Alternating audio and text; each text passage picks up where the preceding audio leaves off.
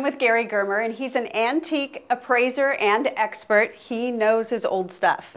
And we are going to talk about glass. A lot of people collect different kinds of glass.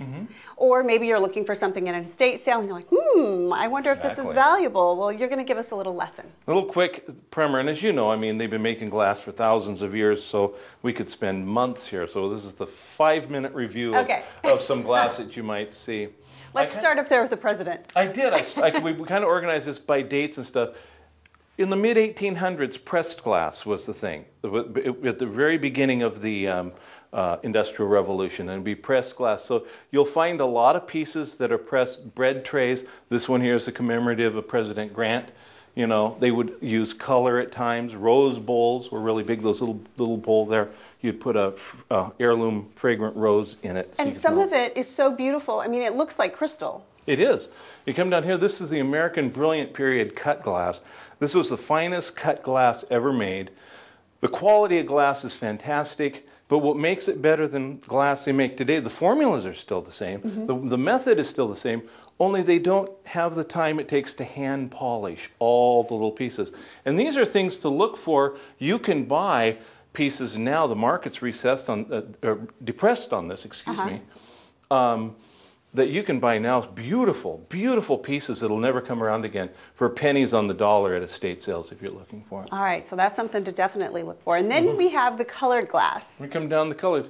As the 19th century went on into the early 20th century, there was all kinds of experimentations with colored glass and patterns, and it was just kind of this explosion of color is what we're looking at.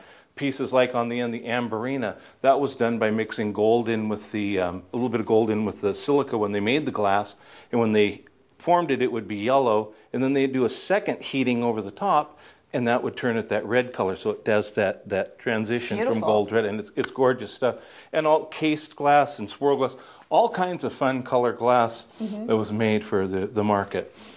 Now this is the iridescent look. This is the iridescent. These pieces here are Tiffany and Steuben pieces. This is the finest of the American art glass.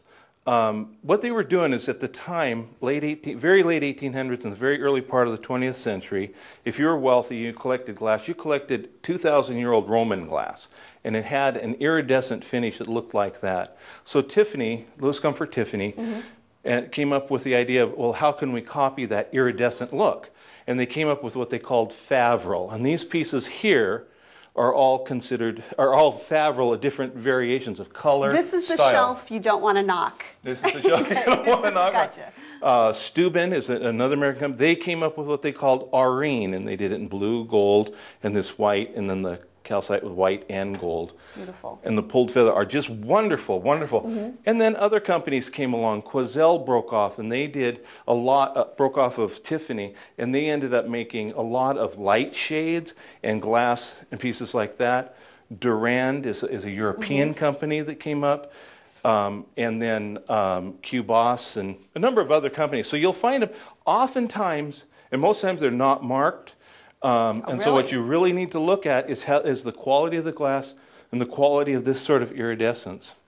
So this was for the wealthy. This was sold at Tiffany's, at the finest stores. This was not cheap when it was new. So the rest of us decided, we want iridescent glass. So they came up with an inexpensive iridescent glass, and they called it carnival glass. Carnival glass, yeah. And I bet you a lot of our viewers have it or have seen it, or Grandma had a piece of it. Right. It was inexpensive. Unlike the name suggests, it wasn't sold at carnivals. It was actually sold in stores and stuff. But you could get all kinds of places. And it come in different colors. But this was the poor man's version of this glass. But it's very collectible now, right? It is very collectible. And again, the market's actually kind of depressed on this right now. It's, again, a good time to collect it, because these are all one of a kind. There's a limited supply of them. Right. And the market will come back around again. And those are pieces I think that are a good thing to be looking for. All very beautiful. And fun and affordable. This is really affordable. Right. As opposed to it being in the hundreds and thousands, these are in the $25 to $150 range. Okay, okay. What else do you have? We have these wonderful French and European pieces that were experimental pieces. We have where they tried this piece, Art Deco piece here, is actually hand carved. And this is from a German company, Lalique, René Lalique, very famous, still in business, a French art glass company. René Lalique started, it was all molded with flowers and fish and beautiful. And then Baccarat, see how they tried to decorate it with enamel? Right. They added the cloisonné. Very different from what they're doing today. Absolutely, but still quite a bit of work. Let's end on this fish tank.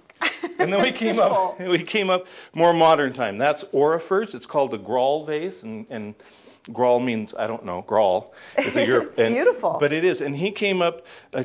Edmund Hall came up with an idea of how could he have a vase that actually looked like fish were swimming around in it.